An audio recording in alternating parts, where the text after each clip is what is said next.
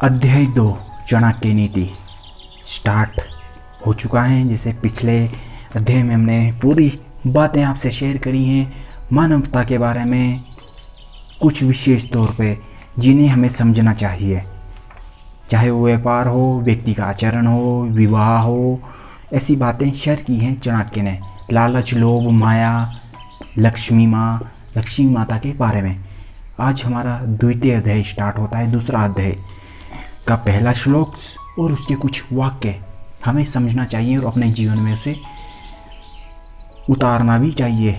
मेरी ये आपसे अनुरोध है कि हमारे चैनल को भी सब्सक्राइब करें और ये जो ज्ञान आप सुनते हैं, देखते हैं, कृपया मेरी आपसे यही विनती है। और एक वीडियो में स्टार्ट करने से पहले भी हमने यही कहा था कि इस अध्याय को जो हम शास्त्र संपूर्ण ज्ञान बताते हैं, जब तक उसका पूरा सार खत्म ना हो जाए तब तक उसे छोड़े ना, क्योंकि आधा अधूरा ज्ञान हमेशा विनाशकारी ही होता है। आइए दूसरा अध्याय का पहला श्लोक जानते हैं, इसके सार के बारे में।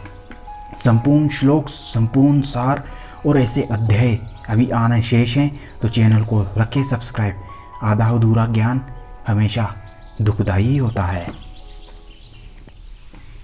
क्या कहते हैं चाणक्य? एक छोटा सा वाक्य लेके आया हूँ आपके लिए। मनसा चिंतित कार्य, अर्थात मन से सोचे हुए कार्य को वाणी द्वारा प्रकट कभी हम मनुष्यों को करना नहीं चाहिए, परंतु मन पूर्वक भली प्रकार सोचते हुए उसकी हमें रक्षा करनी चाहिए। स्वयं चुप रहते हुए भी उस सोची हुई बात को कार्य रूप में बदलना चाहिए जो हमारे दिमाग में आया है। बहुत व्यक्तियों के दिमाग में आइडिया, बिजनेस, नौकरी को लेकर और अपने जीवन में कुछ करने का, महान लक्ष्य को पाने का एक विचार, सोच होता है। वो भली भांति जानते हैं, सोचते हैं इस बात को कि यार मैं कर सकता हूँ, पर एक डर उनके अंदर होता है, धन का डर होता है, कुछ खो जाने का डर होता है, अपने आप विश्वास, आत्मविश्वास ना होने का। और इसी वजह से वो इस बात को चुप ना रखते हुए अनचुप रखते हैं और इसी बात को नज़रअंदाज कर देते हैं और छोड़ देते हैं। और कुछ लोग इसे भली भांति कह देते हैं, यार मैंने ये सोचा, अब ये नहीं होगा। आप नहीं करोगे, 5 साल बाद वही वाक्य कोई और अपने जीवन में उसे करेगा, परंतु होगा ज़रूर।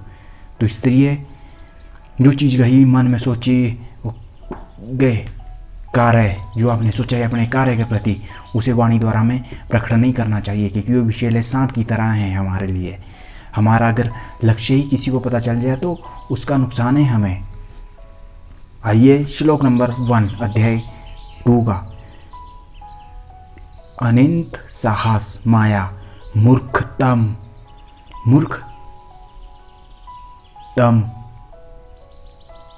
त्रिलुबद्धता।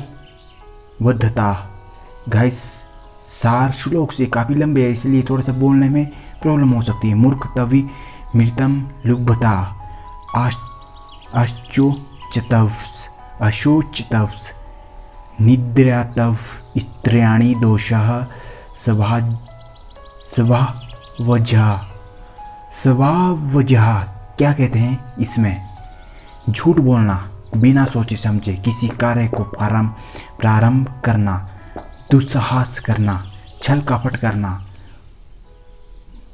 मूर्खतापूर्ण कार्य करना, लोभ करना, अपवित्रता फैलाना, अपवित्र रहना और निद्रता, ये स्त्रियों के स्वाभाविक दोष हैं।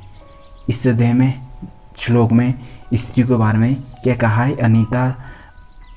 अनित्र साहस माया मूर्ख तवम तिलुबद्धता अशोचितव्स निद्रातव्स स्त्रियाणि दोषः स्वभावजः। स्त्रियों में प्राय ये दोष पाए जाते हैं और वे सामान्य बात पर भी झूठ बोल सकती हैं, अपनी शक्तियों का विचार करके अधिक साहस दिखाती हैं, छल कपटपूर्ण कार्य करती हैं, मूर्खता, अधिक लोभ, अपवित्रता, निद्रा होना, ये ऐसी बातें जो प्राय स्त्री के स्वभाव में ही होती हैं। ये स्त्रियां के स्वाभाविकता दोष हैं, अर्थात अधिकांश स्त्रियों में ही ये होते हैं।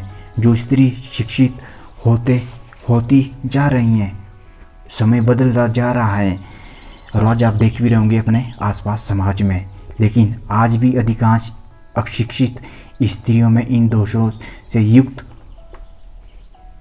हो सकती हैं। इन दोषों को स्त्री की समाज में स्थिति और उनके परिणाम स्वरूप बने हुए मनोविज्ञानी के संदर्भ भी आपको देखने को मिल जाएंगे अपने आसपास।